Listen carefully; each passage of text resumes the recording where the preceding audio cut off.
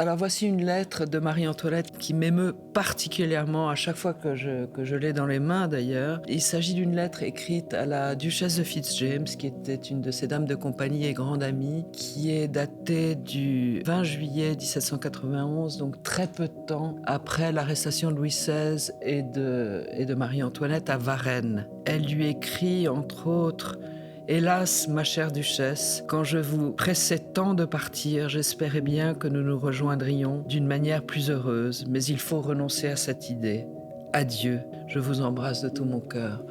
On sent que Marie-Antoinette réalise le destin affreux qui l'attend. C'est une date de basculement dans son propre destin et dans celui de Louis XVI. Et on sent tout le sens du tragique qui plane au-dessus de toutes les têtes. Mais on la sent très digne par rapport à ce destin qu'elle a. On est loin de la bergère idiote des Voilà, pamphlets du révolutionnaires Trianon, qui étaient voilà. d'une violence inouïe.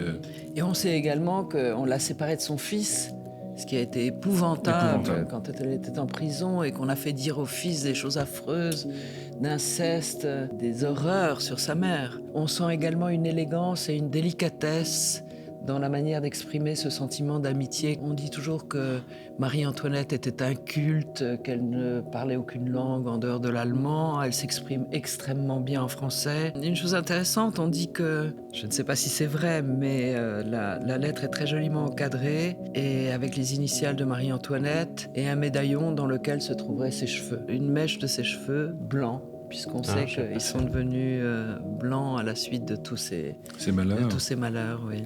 Vous pourrez le vérifier par l'ADN, mais c'est plus joli de garder ça enfermé là.